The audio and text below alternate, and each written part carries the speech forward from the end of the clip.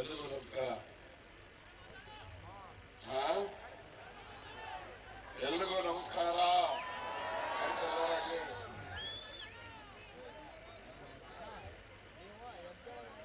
ಈಗಾಗಲೇ ಈ ಸಭೆಯ ಉದ್ದೇಶವನ್ನ ಸನ್ಮಾನ್ಯ ಗೌರಿಶಂಕರ್ ಅವರು ಕೂಡ ವಿಸ್ತಾರವಾಗಿ ಕಳಕಳಿಯ ಮನವಿಯನ್ನು ಮಾಡುವುದರ ಮೂಲಕ ಮತವನ್ನ ಕೇಳಿದ್ದಾರೆ. 8 ಗಂಟೆವರೆಗೆ ಅವಕಾಶ ಇದೆ ಸಭೆ ನಡೆಸಲಿಕ್ಕೆ. ನಾವು ಕಾಂಗ್ರೆಸ್ಸಿಗರು ಕಾನೂನನ್ನ ಪಾಲನೆ ಮಾಡ್ತಕ್ಕಂಥ ನಾವು 8 ಗಂಟೆ ನಂತರ ಸಭೆಯನ್ನ ಬರ್ಖಾಸ್ತು ಮಾಡಬೇಕು ಅಂತಕ್ಕಂಥ ಉದ್ದೇಶದಿಂದ ನಾನಾಗ್ಲಿ, ಡಾಕ್ಟರ್ ಪರಮೇಶ್ವರ್ ಸಾಹೇಬರಾಗ್ಲಿ, ನಮ್ಮ ಜಯಚಂದ್ರ ಅವರಾಗ್ಲಿ, ವಾಸೂರ್ ಅವರಾಗ್ಲಿ ಎಲ್ಲರೂ ಕೂಡ ಬಹಳಷ್ಟು ಜನ ಮುಖಂಡರುಗಳು, ಕಾಂಗ್ರೆಸ್ ಪಕ್ಷದ ವತಿಯಿಂದ ಶಾಸಕರುಗಳು, ಮಾಜಿ ಶಾಸಕರುಗಳು, ಜಿಲ್ಲಾ ಕಾಂಗ್ರೆಸ್ಸಿನ ಅಧ್ಯಕ್ಷರು, ಇತರ ಪದಾಧಿಕಾರಿಗಳು ಎಲ್ಲರೂ ಕೂಡ ಇದ್ದೀರಿ. ಎಲ್ಲ ಕ್ಷಮೆಯನ್ನ ಕೋರಿ ಯಾರ ಹೆಸರನ್ನು ಕೂಡ ನಾನು ತೆಗೆದುಕೊಳ್ಳದೆ ನೇರವಾಗಿ 2 ಅಂಶಗಳನ್ನ ಪ್ರಸ್ತಾಪ ಮಾಡಿ ನನ್ನ ಮಾತನ್ನ ಮುಗಿಸ್ಲಿಕ್ಕೆ ಪ್ರಯತ್ನ ಮಾಡ್ತೇನೆ. ಸನ್ಮಾನ್ಯರೇ, ಸರ್ಕಾರದ ಸಾಧನೆಗಳ ಬಗ್ಗೆ ಸನ್ಮಾನ್ಯ ಡಾಕ್ಟರ್ ಜಿ ಪರಮೇಶ್ವರ್ ಅವರು ನಮ್ಮ ನಿಮ್ಮೆಲ್ಲರ ನೇತಾರರಾಗಿರ್ತಕ್ಕಂಥ ನಾಡದೊರೆ ಸನ್ಮಾನ್ಯ ಸಿದ್ದರಾಮಯ್ಯ ಅವರು ವಿವರವಾಗಿ ಹೇಳ್ತಾರೆ. ನಾನು ಹೇಳ್ತಕ್ಕಂಥದ್ದಿಷ್ಟೇ, ಈ ಒಂದು ಅಪವಿತ್ರ ಮೈತ್ರಿ ಜೆಡಿಎಸ್ ಮತ್ತು ಬಿಜೆಪಿ ಇದು ಬಹಳ ಬಂಗಾರದ ಮದುವೆ ಆಗಿರ್ತಕ್ಕಂಥದ್ದು. ಇದು ಬಹಳಷ್ಟು ದಿವಸ ನಡೆಯಲಿಲ್ಲ. ಯಾಕೆಂದ್ರೆ ವಿಧಾನಸಭೆಯಲ್ಲಿ ಸನ್ಮಾನ್ಯ ಸಿದ್ದರಾಮಯ್ಯವರ ಉಪಸ್ಥಿತಿಯಲ್ಲಿ ಯಡಿಯೂರಪ್ಪನವರ ಮೇಲೆ ಅವಿಶ್ವಾಸ ನಿರ್ಣಯ ಮಂಡನೆ ಆದಾಗ ಹೇಳೋರು ಯಡಿಯೂರಪ್ಪನವರು, ಸಿದ್ದರಾಮಯ್ಯನವರೇ, ಶಿವಕುಮಾರ್, ನಿಮ್ಮ ಬಗ್ಗೆ ನಮ್ಗೇನು ಆಕ್ರೋಶ ಇಲ್ಲ, ನನಗಿರ್ತಕ್ಕಂಥದ್ದು ಆಕ್ರೋಶ ಈ ಅಪ್ಪ ಮಕ್ಕಳನ್ನ ಮುಗಿಸ್ಬೇಕು ಅಂತಕ್ಕಂಥದ್ದು ಹೇಳಿ ವಿಧಾನಸಭೆಯಲ್ಲಿ ಭಾಷಣ ಮಾಡಿದಂತದ್ದು ದಾಖಲೆ ಇದೆ. ಇನ್ನೊಂದು ಅಂಶ ಕೇಳ್ತಕ್ಕಂಥದ್ದು ಇದೆ. ಕುಮಾರಸ್ವಾಮಿ ಮೋದಿ ಏನ್ ಮಾಡಿದ್ದಾರೆ, ಯಾಕೆ ಓಟ್ ಹಾಕ್ತಿಲ್ಲ ಅವ್ರಿಗೆ ಅಂತಕ್ಕಂಥ ಮಾತಾಡಿರ್ತಕ್ಕಂಥ ದಾಖಲೆಗಳು ಕೂಡ ನಮ್ಮಲ್ಲಿ. ಪಾಪ ಯಜಮಾನರು ದೇವೇಗೌಡರು, ಅವ್ರ ಬಗ್ಗೆ ನಮ್ಗೆ ಅಪಾರವಾದಂತಹ ಗೌರವ ಇದೆ. ಅವರು ಹೇಳಿದ್ರು ನೈಸ್ ರಸ್ತೆಯಲ್ಲಿ ಒಂದು ಸಭೆಯಲ್ಲಿ, ಈ ಯಡಿಯೂರಪ್ಪ ಇದರಲ್ಲಿ ಭಾಸ್ಕರ್ ಬೋಸುಡಿ ಮಗ ಅಂತೆಲ್ಲ ಬೈದು ಹಿಂಗೆಲ್ಲ ಬೈರಾಡೋರು ಇವತ್ತು ಜೊತೆ ಆಗ್ತಾರೆ ಅಂತ ಹೇಳಿದ್ರೆ ಇದು ನಿಜಕ್ಕೂ ಕೂಡ ಬಹಳ ದಿವಸ ನಡೆಯುತ್ತಾ ಅಂತಕ್ಕಂಥ ಹೆಚ್ಚು ಮಾತಾಡ್ಲಿಕ್ಕೆ ಹೋದ್ರೆ ನಮ್ಮ ಜಿಲ್ಲೆನಲ್ಲಿ ನಾವು ಈ ದಿವಸ ಮುದ್ದಮ್ಮೇಗೌಡರಿಗೆ ಕಸ ಆಗಿಲ್ಲ. ಇದು ಪಕ್ಷದ ಸಭೆ, ಇದು ಪಕ್ಷದ ಸಭೆ, ಇದು ಪಕ್ಷದ ವತಿಯಿಂದ ಆಯೋಜನೆ ಮಾಡಿರ್ತಕ್ಕಂಥ ಸಭೆ. ಈ ಸಭೆಯಲ್ಲಿ ಅವರು ಹಾಜರಾತಿ ಆದ್ರೆ ಈ ಸಭೆ ಖರ್ಚೆಲ್ಲ ಅವರ ಲೆಕ್ಕಕ್ಕೆ ಬೀಳುತ್ತೆ.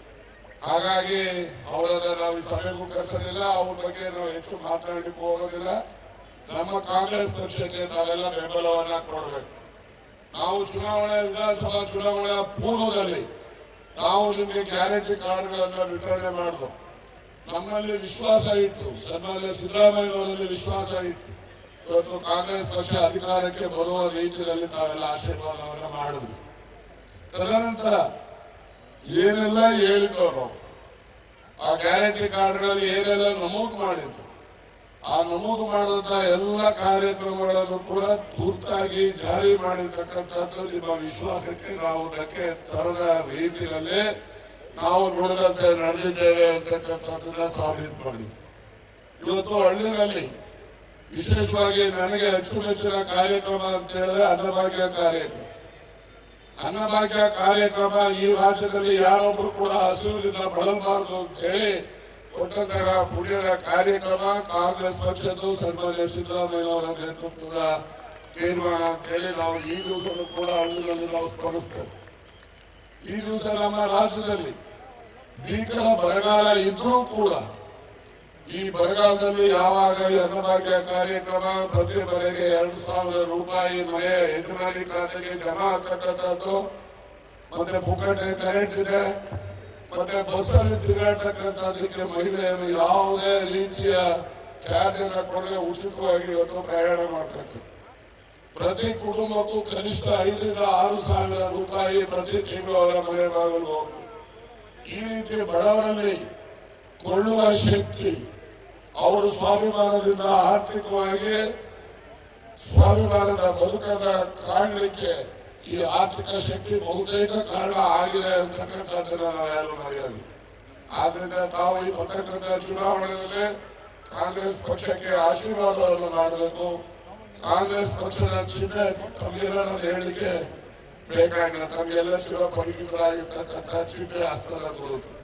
ಹಸ್ತದ ಗುರುತಿಗೆ ನಾವು ಮತವನ್ನು ನೀಡಿ ಕಾಂಗ್ರೆಸ್ ಪಕ್ಷಕ್ಕೆ ಆಶೀರ್ವದಿಸಿ ನಮ್ಮ ಸರ್ಕಾರಕ್ಕೂ ಕೂಡ ತಮ್ಮ ಆಶೀರ್ವಾದ ಇರಬೇಕು.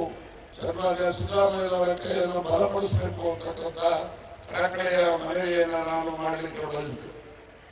ಒಂದೇ ಒಂದು ಅಂಶ, ಯಾರು ಅಭ್ಯರ್ಥಿಯಾಗಿ ಬಂದಿದ್ದಾರೆ ಜೆಡಿಎಸ್ ಮತ್ತು ಬಿಜೆಪಿಯ ಘಟಬಂಧನ ಅಭ್ಯರ್ಥಿ ಮೈಸೂರಲ್ಲಿ ಹೋಗಿ ಸನ್ಮಾನ್ಯ ಸಿದ್ದರಾಮಯ್ಯವರ ಮೇಲೆ ಸ್ಪರ್ಧೆ ಮಾಡ್ತಾರೆ. ಅಲ್ಲಿಂದ ಮುಂದೆ ಹೋಗಿ ಚಾಮರಾಜನಗರದಲ್ಲಿ ಪಾಪ ಬಡಪಾಯಿ ಪುಟ್ಟರಾಜ ಶೆಟ್ಟಿ ಮೇಲೆ ಚುನಾವಣೆಯಲ್ಲಿ ಸ್ಪರ್ಧೆ ಮಾಡಿ ಸಿದ್ದರಾಮಯ್ಯನವರನ್ನ ಸ್ಪರ್ಧೆ ಮಾಡಿದ್ದು ಸಿದ್ದರಾಮಯ್ಯನವರು ಸೋಲಿಸಬೇಕು, ಈ ರಾಜ್ಯದಲ್ಲಿ ಅವರು ಮುಖ್ಯಮಂತ್ರಿ ಹಾಕಲು ನೋಡ್ಕೋಬೇಕು ಅಂತಕ್ಕಂಥ ದುರುದ್ದೇಶದಿಂದ ಹೋಗಿ ಅಲ್ಲಿ ಸ್ಪರ್ಧೆ ಮಾಡಿದ್ರು. ಅವ್ರ ಕ್ಷೇತ್ರ ಗೋವಿಂದನಗರ ಅಲ್ಲಿ ಸ್ಪರ್ಧೆ ಮಾಡೋದು ಬಿಟ್ಟು ಸನ್ಮಾನ್ಯ ಸಿದ್ದರಾಮಯ್ಯನವರ ಎದುರು ಸ್ಪರ್ಧೆ ಮಾಡ್ತಾರೆ. ಹಾಗೇನೆ ಚಾಮರಾಜನಗರದಲ್ಲಿ ಪುಟ್ಟರಾಜ ಶೆಟ್ಟಿಯ ಒಬ್ಬ ಉಪ್ಪಾರ ಸಮಾಜದ ಬಡಪಾಯಿ ಮಾಜಿ ಸಚಿವ ಅಂತವ್ರ ಮೇಲೆ ಸ್ಪರ್ಧೆ ಮಾಡಿ ಅವರು ಅಲ್ಲಿ ಅವರನ್ನು ಸೋಲಿಸಬೇಕು ಅಂತ ಪ್ರಯತ್ನ ಮಾಡಿ, ಏನೇ ಆದ್ರೂ ಕೂಡ ಬಡವರ ಆಶೀರ್ವಾದ, ಜನರ ಆಶೀರ್ವಾದದ ಹಿನ್ನೆಲೆಯಲ್ಲಿ 2 ಸ್ಥಾನಗಳನ್ನು ಕೂಡ ಅವರು ಸೋತಿದ್ದಾರೆ. ಈಗ ಇಲ್ಲಿ ಪ್ರಯತ್ನ, ಇಲ್ಲಿಂದ ಬಹಳಷ್ಟು ಆಸೆ ಅನಿಷ್ಟಗಳನ್ನ ಅಪಪ್ರಚಾರಗಳನ್ನ ಮಾಡಿಕೊಂಡು ಈ ಒಂದು ಕ್ಷೇತ್ರದಲ್ಲಿ ಇವತ್ತು ಲೋಕಸಭಾ ಸದಸ್ಯರಾಗಲಿಕ್ಕೆ ಬಂದಿದೆ. ತಮಗೆಲ್ಲ ಗೊತ್ತಿದೆ, ನಾನು ಹೆಚ್ಚು ಹೇಳಲಿಕ್ಕೆ ಹೋಗೋದಿಲ್ಲ. ಈ ಟೂರಿಂಗ್ ಟಾಕೀಸಿನ ಅಭ್ಯರ್ಥಿಗಳು ಇವುಗಳನ್ನ ತಾವೆಲ್ಲ ದೂರ ಇರಬೇಕು. ಟೂರಿಂಗ್ ಟಾಕೀಸ್ ಬಂದು ಸ್ಪರ್ಧೆ ಮಾಡ್ತಕ್ಕಂಥ ಅಭ್ಯರ್ಥಿಗಳು ಯಾರಿದ್ದಾರೆ ಅವರೆಲ್ಲರೂ ಕೂಡ ದೂರ ಇರ್ತಕ್ಕಂಥ ಉತ್ತಮವಾದಂತಹ ತೀರ್ಮಾನವನ್ನು ತಾವೆಲ್ಲ ತೀರ್ಕೊಳ್ಬೇಕು ಅಂತ ಹೇಳಿ ಈ ಸಂದರ್ಭದಲ್ಲಿ ಕಳಕಳೆಯ ಮನವಿಯನ್ನು ಮಾಡಿ, ಏನು ಈ ಭಾಗ ತುಮಕೂರು ರೂರಲ್ ಕ್ಷೇತ್ರಕ್ಕೆ ಸೇರ್ತದೆ.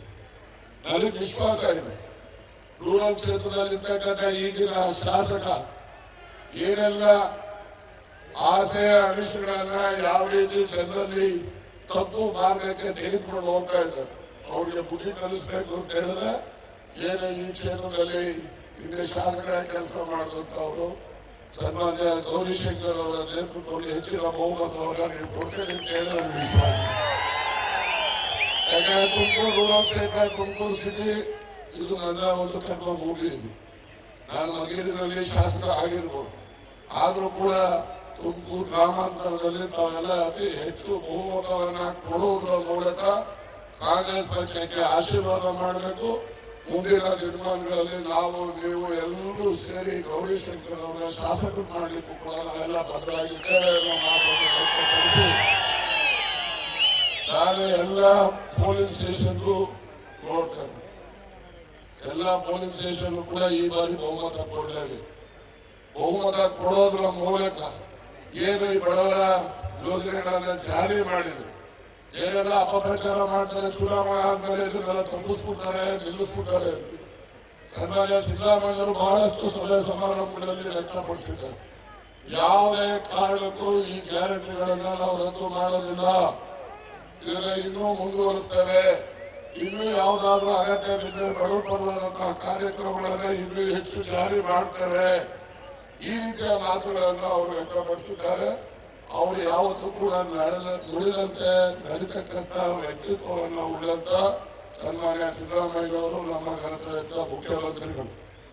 ಮುಂದಿನ ದಿನಮಾನಗಳಲ್ಲಿ ನಮ್ಮ ಜಿಲ್ಲೆಗೆ ಏನು ಹೆಚ್ಚುವರಿಯ ಕಾಮಗಾರಿಯನ್ನು ಮುಗಿಸಿ ಈ ಭಾಗಕ್ಕೆ ಕೆರೆಗಳಿಗೆ ನೀರನ್ನು ತುಂಬಿಸ್ತಕ್ಕಂಥದ್ದು, ಹೀಗೆ ಹಲವಾರು ಈ ಜಿಲ್ಲೆಯ ಅಭಿವೃದ್ಧಿಗೆ ಕಾರ್ಯಕ್ರಮಗಳನ್ನು ಕೊಡ್ತಕ್ಕಂಥ ಮನಸ್ಥಿತಿಯನ್ನು ಉಳ್ಳಂತಹ ಸನ್ಮಾನ್ಯ ಸಿದ್ದರಾಮಯ್ಯವರ ಕೈಯನ್ನು ಬಲಪಡಿಸಬೇಕು.